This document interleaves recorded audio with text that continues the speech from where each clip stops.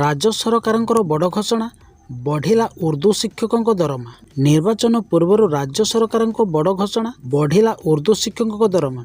राज्यर उच्च प्राथमिक मध्य इंग्राजी विद्यालयगुड़िक नियोजित उर्दू शिक्षक एवं सरकारी पूर्ण अनुदान और नूतन अनुदान प्राप्त उच्च विद्यालयगुड़िक कार्यरत उर्दू संबल शिक्षक मानक मासिक पारिश्रमिक को राज्य सरकार 7,400 टंकार 15,000 टंका को वृद्धि करिसेंति। राज्यर विभिन्न उच्च प्राथमिक मध्य इंग्राजी विद्यालय और उच्च विद्यालय उर्दू विषय को प्राथमिक भाषा भाव में ग्रहण करुथिबा 10 रु ऊर्ध्व थिबा छात्र छात्री मानक पई राज्य सरकारଙ୍କର चुक्तिभित्तिक उर्दू शिक्षक और उर्दू संबल शिक्षक नियुक्ति करिसेंति। राज्य सरकारଙ୍କର निष्पत्ति अनुଯାयी एणिकी से माने मासिक 15,000 टंका पारिश्रमिक पाइबे।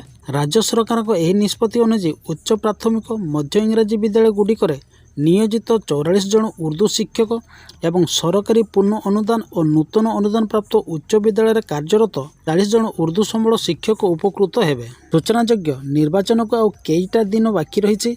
या पूर्व राज्य सरकार प्रति वर्ग को निज सपक्ष टाणिबा पई प्रत्येक दिन किछि ना किछि घोषणा करि चलिछंती। आशाकर्मी हुअन्तु कि पाचिका अबा गण शिक्षक सभी दरमा वृद्धि घोषणा करि सारिछंती सरकार।